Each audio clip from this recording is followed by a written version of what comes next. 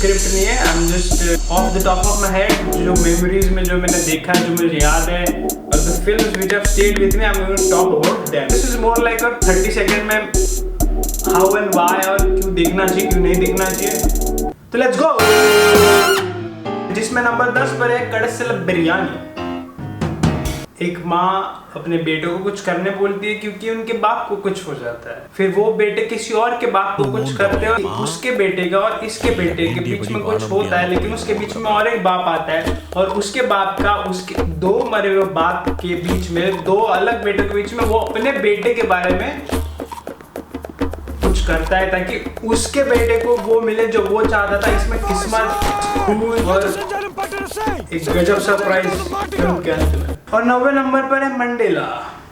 लोकतंत्र, भाषा, underdog story, localized, right to vote, individuality, freedom, identity, सबके बारे में बात कर रहे हैं, लेकिन ऐसे बात कर रहे हैं जैसे मान लो ये फिल्म की भावनाएं और उनके शब्द बिल्कुल तुम्हारे कानों में मक्खन की तरह आराम से बिना तकलीफ के पहुंचे। इतनी अच्छी फिल्म है। नंबर 8 है जय भीम। एक तो मास सिनेमा में आज तक ऐसा किसी ने किया नहीं है, जहां कास्ट को लेके जो प्रोटैगनिस्ट है वो ऐसी बातें कर रहा है जो शायद कोई मेन स्ट्रीम फिल्म में ना करे, लेकिन सिर्फ आइडेंटिटी पॉलिटिक्स या विक्टिम पॉलिटिक्स तक नहीं रुकती है। It actually talks about system में किसको एक्सेस है, किसको जस्टिस है। जय भीम देखना चाहिए क्योंकि ऐसा फिल्म कास्ट को लेकर मेन स्ट्रीम किसी ने नहीं बनाया।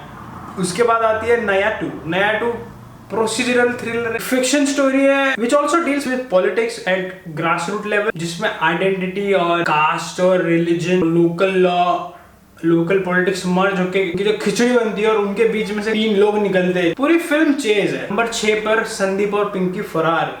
दिवाकर बैनर्जी वापस आ गए हैं। Yes, hero heroine Arjun Kapoor, Parineeti Chopra, लेकिन एक हरियाणवी लौंडा और एक अपर मिडिल क्लास लड़की जो दोनों भाग रहे हैं। क्यों भाग रहे हैं, कैसे भाग रहे हैं, कहाँ भाग रहे हैं, और उनकी कहानी खत्म होगी कि नहीं होगी, इसको जो चाहिए वो मिलेगा, उसको चाहिए नहीं मिलेगा। गजब थ्रिलर है। 5 पर गरुड़ गमन वृषभ वाहन। अब हमेशा बड़ी फिल्म देखते आ रहे अपन, लेकिन उस जॉनरा में ऐसा सबवर्जन किसी ने गुंडों वाली फिल्मों में हमेशा क्या होता है कि एक डॉन होता है, एक डॉन का दोस्त होता है, और फिर धीरे धीरे डॉन बड़ा होता है, और फिर दोस्त भी बड़ा होता है, लेकिन दोस्त रहता है लेकिन डॉन रहता है। लेकिन इसमें ऐसा नहीं है, दोनों का कुछ चल रहा है, पैरेलल स्टोरी है दोनों दोस्तों की। और लोग कंप्लेन करते कि इंडियन माइथोलॉजी को लेके कुछ बनाते क्यों नहीं, उनके लिए ट्रीट है। It's too good craft wise और बेहतरीन। 4 नंबर पर है फिल्म मील पत्थर, माइलस्टोन। अब एक लेबर की कहानी कहाँ देखने मिलती है, खास करके चीप लेबर जो माइक्रो और स्मॉल इंडस्ट्रीज से थोड़ा ऊपर और मैक्रो और बिग इंडस्ट्रीज के बीच में गई। एक ट्रक ड्राइवर की कहानी है, उसका घर, उसकी बीवी, उसका परिवार, और unemployment. This film deals with unemployment, लेकिन फिल्म में लेकिन इस तरीके से अनएम्प्लॉयमेंट के बारे में किसी ने बात नहीं किया है। सोचो एक ट्रक ड्राइवर की कहानी जो मतलब इतना पोएटिक फिल्म है, उम्दा फिल्म। उसके बाद द ग्रेट इंडियन किचन, कुछ नहीं बोलने का है, मर्द और औरत का एक रिश्ता है, खास करके शादी के बाद जो रिश्ता है। कहाँ रहती है और मर्द कहाँ रहता है, कौन घर के अंदर रहता है, कौन घर के बाहर रहता है, क्यों रहता है, कैसे रहता है, किचन को लेके और एक मर्द को लेके, और जो एक पैट्रियार्कल सेटअप होता है उसमें एक थ्रिलर, भाई थ्रिलर है ये फिल्म, थ्रिलर है। एक पैट्रियार्कल फैमिली सेटअप में थ्रिलर है। परफेक्ट क्लाइमैक्स है इस फिल्म का, परफेक्ट क्लाइमैक्स, बेहतरीन। और नंबर 2 पर सारपट्टा परंपरा है, और उसके साथ धनुष की कर्णन। दोनों फिल्में बेहतरीन, खास करके ये फिल्म भी कास्ट आइडेंटिटी और उसके बारे में बात करती है, लेकिन दोनों मेन स्ट्रीम फिल्म है। एक तरफ बॉक्सिंग और एक तरफ रिवेंज, जस्टिस। इधर भी जस्टिस है, इधर भी जस्टिस। दोनों फिल्म में जस्टिस है, और दोनों इंडिविजुअल हीरो की कहानी है। दोनों में सोलो प्रोटैगनिस्ट है और उनको कहानी फॉलो करती है, और एपिक प्रपोर्शंस पे बनाई गई फिल्म है। ऑसम। और नंबर 1 पर पेबल्स, इंडिया की ऑफिशियल ऑस्कर एंट्री इस साल, लेकिन मतलब क्या इस फिल्म के बारे में शब्द नहीं है। मतलब ऐसी फिल्म कभी नहीं देखी होगी तुमने, शब्दों में तो बोल ही नहीं सकता मैं। मेन स्ट्रीम फिल्म नहीं है, इंडिपेंडेंट फिल्म है और बहुत सिंपल फिल्म है, बहुत सिंपल सादी फिल्म है, लेकिन जो इसका 9 मिनट 10 मिनट लंबा क्लाइमैक्स है ना, और वो जो पूरी कहानी को खींचता है, ओए होए होए होए भाई, ऐसी कहानी इस तरीके से एक इंडिपेंडेंट फिल्म। पेबल्स देख लो यार, पेबल्स पेबल्स। इंटरनेशनल फिल्म्स में नंबर 10 पर है ब्लू बायू। एक इमिग्रेंट की कहानी है, इमिग्रेंट ने बनाया, फैमिली ड्रामा है, कोई टेंशन नहीं है। जिसको इमोशनल फिल्म देखना है, जिसको रोना है, अभी शादी करने वाला है, तो जिसकी अभी भी शादी हुई है, जिसकी अभी भी गर्लफ्रेंड बनी है, जिसको अभी भी बच्चा हुआ है, उनके लिए यह फिल्म बेहतरीन मेलोड्रामा है, बेहतरीन ड्रामा है खाल, लेकिन उसमें इमिग्रेंट पर्सपेक्टिव है। तो it has lot of political heavy thing going on, but it's also very emotional. It's काफी प्यार है फिल्म में और काफी सही फिल्म है। अगर तुमको मतलब यार वो होता है ना, फिल्म में दिल होता है, तो फिल्म में दिल है। नंबर 9 पर है the power of the dog. Women telling women stories. The power of the dog deals with, यार वो तो मैं नहीं बताऊंगा क्योंकि वो मैंने बता दिया तो फिल्म स्पॉइल हो जाएगी, लेकिन एकदम स्लो फिल्म है, एकदम स्लो फिल्म है, आंसू आ जाएंगे तुम्हारे। मेल मचिज्मो और जो मैनहुड है उसको वेस्टर्न जॉनरा को सबवर्ट करके मेल मचिज्म को निचोड़ के जो शरबत बना के पेश किया है सबके लिए, खास करके जो वो मर्द जो बाहर से कठोर होते हैं और अंदर से खास करके जिनको सख्त रहना है, और लेकिन मतलब बाहर से जिनको बताया गया है कि सख्त रहो, लेकिन उनको मालूम है वो सख्त नहीं रहना चाहते, तो उनके लिए फिल्म है the power of the dog. 8 पर है mandibles. It's a French film, absurd film है बिल्कुल, कब क्या हो रहा है कुछ मालूम नहीं, लेकिन इतना मजा आएगा, इतना कॉमेडी होगा। उसमें कीड़े हैं, उसमें लड़का है, उसमें लड़की है, कोई ज्यादा जोर से बात कर रहा है, कोई कहाँ पर डबल आ रहा है, कोई सिंगल आ रहा है। परफेक्ट जोक्स है और हंसी ज्यादा सोचना ही नहीं है। नंबर 7 पर pig. Nicolas Cage is back. Pig debutant director की फिल्म है और एकदम शांत फिल्म है, लेकिन रिवेंज फिल्म लेकिन शांत।